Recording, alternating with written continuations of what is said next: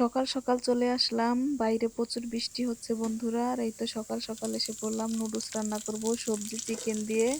প্রথমে নুডলসটাকে সিদ্ধ করে নিয়েছি, এখন পেঁয়াজটাকে ভেজে নিব। আর এইদিকে চিকেনটাকে মশলা মাখিয়ে রেখে দিয়েছি, এখন সবজিটাকে আগে রান্না করে নিব।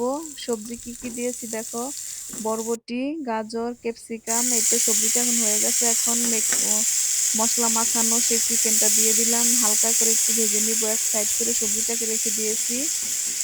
এইভাবে কিন্তু নুডলস রান্না করলে বাচ্চারা বড়রা সবাই পছন্দ করে। এই নুডলসটা কিন্তু খেতে খুবই মজা হয়। এখন আমাদের চিকেনটাও ভাজা হয়ে গেছে, এখন ভালোভাবে সবজির সাথে একসাথে ভালোভাবে একটু নেড়েচেড়ে নিব। এখন দিয়ে দিব সিদ্ধ করে রাখা সেই নুডলসটা।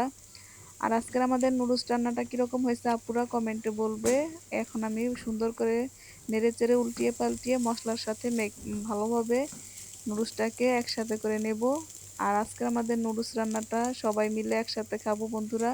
তোমাদের কার কার এরকম সবজি চিকেন নুডলস পছন্দ, সবাই এসে পড়ো, তোমাদের দাওয়াত রইলো। ধন্যবাদ সবাইকে, শুভ সকাল, আল্লাহ হাফেজ।